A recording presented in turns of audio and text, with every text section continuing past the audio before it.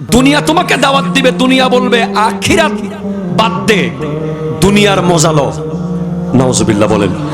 ওয়াল জাব্বারু ইয়াদউকা ইলাল জান্নাতি ওয়াল মাগফিরা, একমাত্র আল্লাহ তোমাকে ডাকবে ক্ষমার দিকে আর জান্নাতের দিকে।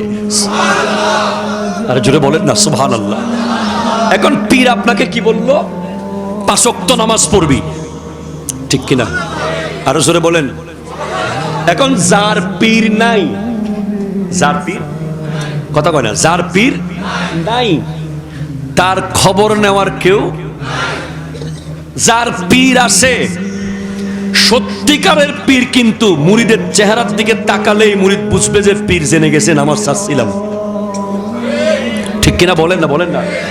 আপনি সত্যিকারের হক্কানি পীরের মুরিদ যদি হন, আপনি যদি নামাজ ঠিক মতো না পড়েন, সুদ খান, ঘুষ খান, 2 নাম্বারই করেন, দেখবেন পীর আপনার দিকে দেখে হাসতেছে না,